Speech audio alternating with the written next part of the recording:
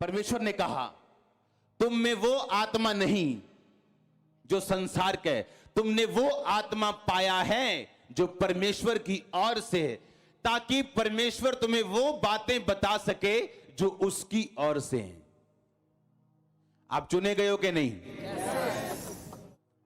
आपकी लाइफ में एक बुलाहट है या नहीं? उसको पूरा करने के लिए आपको दो चीजें चाहिए। पहला प्रभु का वचन, दूसरा परमेश्वर का आत्मा। पर सिगरेट पिएंगे तो आत्मा रहेगा, जर्दा लगाएंगे तो वो रहेगा आत्मा। परमेश्वर का वचन कहता है जाओ और पूरी दुनिया में सुसमाचार सुनाओ, ये उसका वचन कहता है। पर मैं जाऊं कहां, ये कौन बताएगा? अगर आवाज ना भी आई तो अगर आप प्रभु के साथ वफादार हो तो एंड में आप सही जगह पहुंच जाओगे। ये ब्यूटी है परमेश्वर की, ये सुंदरता है परमेश्वर की, ये सुंदरता है क्रिश्चियनिटी की, कि अगर आपको आवाज ना भी आई कानों में, आप अपने आप सही जगह पहुंच जाओगे।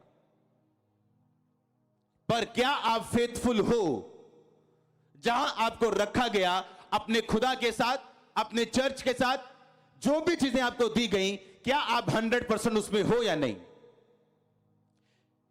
तुमने वो आत्मा नहीं पाया जो संसार का है। कौन सा आत्मा पाया? जो परमेश्वर का है, ताकि परमेश्वर ने जो बातें तुम्हें दी हैं तुम्हें मिल सके, तुम्हें समझ आ सके। क्योंकि तुम में कौन सा आत्मा है? पवित्र आत्मा है, जो परमेश्वर यीशु मसीह के साथ था, पौलुस के साथ था, दाऊद के साथ था, सुलेमान के साथ था।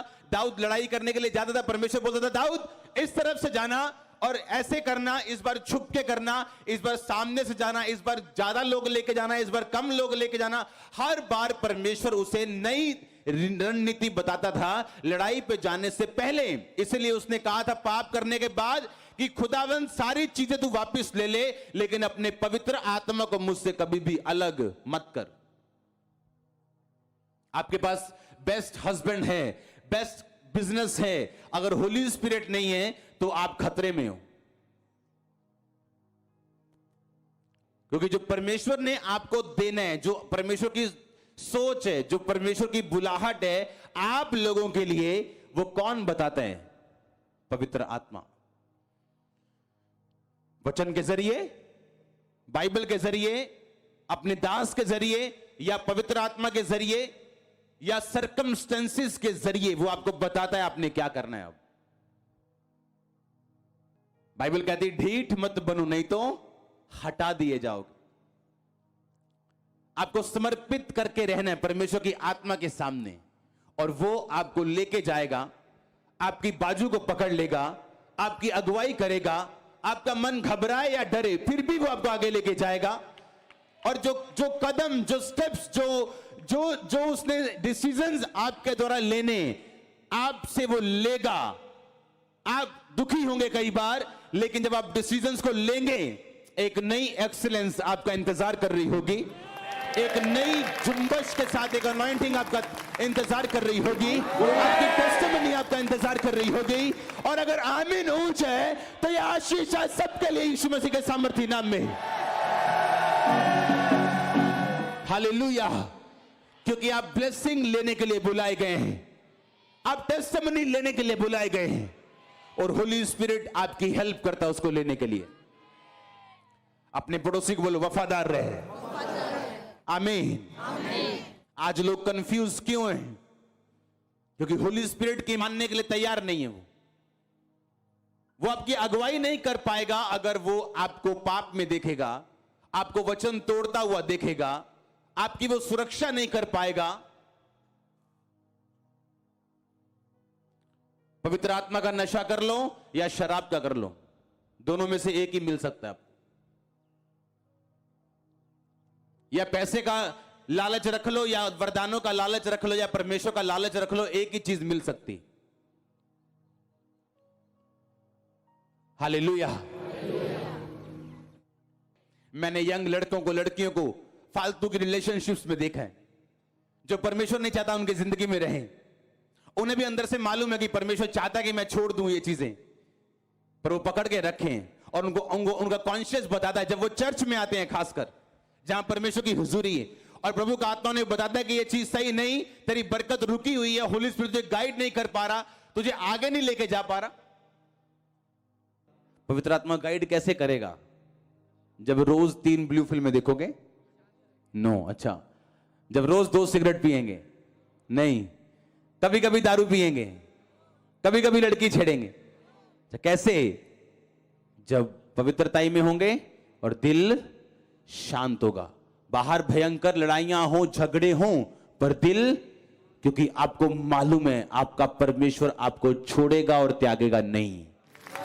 आपको मालूम है ये चीज, आपका अंदर आत्मा जानता है ये चीज, वो आपको छोड़ेगा और त्यागेगा नहीं। मैंने देखा है लोगों को प्रभु को छोड़ते हुए, जाओ नहीं आना चर्च, 6 महीने बाद फिर रोक कर लाके वापिस आते हो। कहां जाएंगे? कोई जगह नहीं। घिसट घिसट के आ जाएं, सबक सीख के आ जाएं या सीधा आ जाएं, अपनी मर्जी। तरीका यही है, रास्ता यही है। प्रभु आपको बरकत दे, प्रभु आपको आशीष दे इस वचन के जरिए। एक है अपने लिए प्रार्थना करने की, परमेश्वर मुझे ब्लेस कर। एक है ये प्रार्थना करनी, परमेश्वर मेरे नगर को ब्लेस कर। जब आप ये प्रार्थना करते हैं मेरे नगर को ब्लेस कर, तो उस नगर में आप भी आ जाते हैं, हां या ना? सुनो मेरी बात। एक है कि परमेश्वर मुझे आशीषित कर, एक है कि परमेश्वर मैं तेरे काम करना चाहता हूं, मैं तेरा सुसमाचार दूंगा, तेरे नाम को लोगों तक पहुंचाऊंगा, तो मेरे मसले खुद देखेगा। एक ये प्रार्थना है। जब मुझे हीलिंग नहीं मिल रही थी तो मुझे पवित्र आत्मा ने एक ही गाइड किया था कि तू लोगों की प्रार्थना कर, तू जो कुछ बोएगा वो कुछ तू काटेगा। जिस नल में से पानी निकलेगा वो खुद नल सूखा नहीं रहेगा। और मैं लोगों के लिए प्रेयर करता गया, उनकी हीलिंग के लिए करता गया, वो पाते गए पाते गए पाते गए, और एक दिन मेरा भी नंबर लग गया। यीशु मसीह ने कहा मेरा जो मेरी वॉक है, जो मेरे में चलना है, जो मसीही जीवन जो है, वो विश्वास का जीवन है। हालेलुया। आपको विश्वास से चलना पड़ेगा, हाँ या ना? आपको विश्वास से चलना पड़ेगा। मैं परमेश्वर के कामों को करूंगा, मैं उसके उजाले को लेके जाऊंगा, मैं सुसमाचार को दूंगा। क्योंकि यीशु मसीह ने यह नहीं कहा कि मैं अपना काम अपने आप कर लूंगा। उसने कहा जाओ, तुम जाओ। कौन जाएगा? जाएंगे क्या? उसने कहा जाओ और सब जातियों के लोगों को चेला बना। उसने ये नहीं कहा कि मैं ऐसा काम करूंगा तुम बैठे रहना। उसने कहा तुम जाओ और सब जातियों के लोगों को चेला बनाओ। कई बार हमें लगता है कि ये बंदा नहीं आ सकता मसीह में, ये बहुत फंसा हुआ है, ये बड़े पाप में है, ये बड़ी पोजीशन पे है। ऐसा नहीं। कई बार नमान कोड़ी जो होते हैं, जो सेनापति होते हैं, जो बड़ी बड़ी पोजीशंस के ऊपर होते हैं, उनको ज्यादा जरूरत होती है परमेश्वर की। क्योंकि ऐसे लोग जो ऊंची पोजीशन पे होते हैं, उन पे अटैक्स भी ज्यादा होते हैं, शैतान उनके मगर भी ज्यादा होता है, पीछे भी ज्यादा होता है। हालेलुया। और जब हम फैसला कर लेते हैं कि परमेश्वर मैं तेरे काम को करूंगा, मैं तेरे सुसमाचार को फैलाऊंगा, मैं तेरे वचन को पूरा करूंगा, आपको क्या लगता है कि आपके बच्चों का परमेश्वर क्या करेगा? वो आपके फाइनेंस के साथ क्या करेगा? वो आपके बॉडी के साथ क्या करेगा? उसने कहा तू मेरा बोझ उठाएगा, मैं तेरा बोझ उठाऊंगा। उसने कहा तू मेरा बोझ उठा, मैं तेरा बोझ उठाऊंगा, क्योंकि तेरा बोझ भारी है, मेरा बोझ हल्का है। आमीन। आज जब आप पे ऑयल आएगा, आप प्रार्थना कर रहे होंगे। बीमारों के ऊपर जब ऑयल आएगा वो हील हो रहे होंगे। कोई मसा पा रहा होगा, कोई पवित्र आत्मा पा रहा होगा, कोई हीलिंग अनॉइंटिंग पा रहा होगा, कोई प्रोफेटिक अनॉइंटिंग पा रहा होगा, और आप काम करेंगे इसके बाद परमेश्वर का। हालेलुया। आप मेरी बात समझ रहे कि नहीं? आपके पास मौका है, मान लो ये बात। नहीं तो दुनिया घूम के आओ, थोड़ा सा आपको मालूम हो कि आपके पास मौका है, आपके पास प्रिविलेज है, आपके पास एक सुसमाचार सुनाने का मौका है, आपके पास एक सुनहरी मौका जिसको बोलते हैं। आपकी लॉटरी लग चुकी है। मैं आपको सच कह रहा हूं, आप दे सकते हैं सुसमाचार को। करोड़ों लोग हैं हमारे आसपास।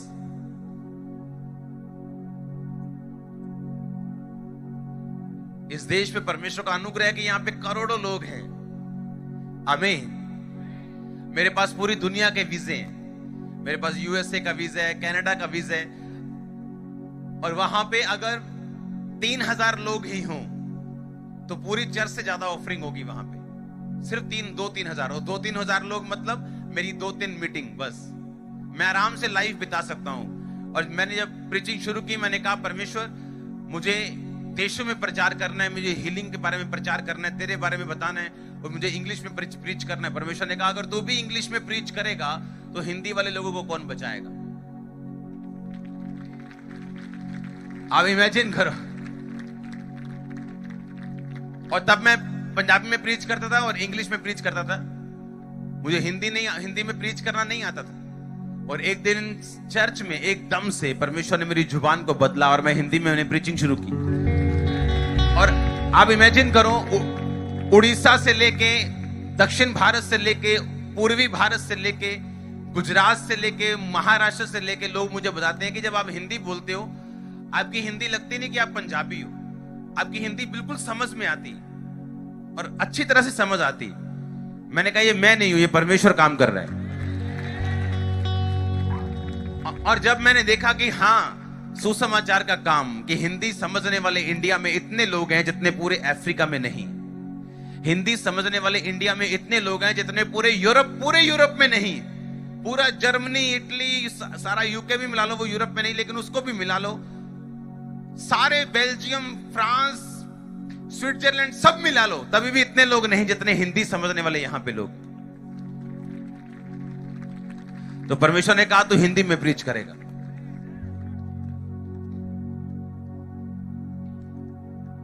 हालेलुया।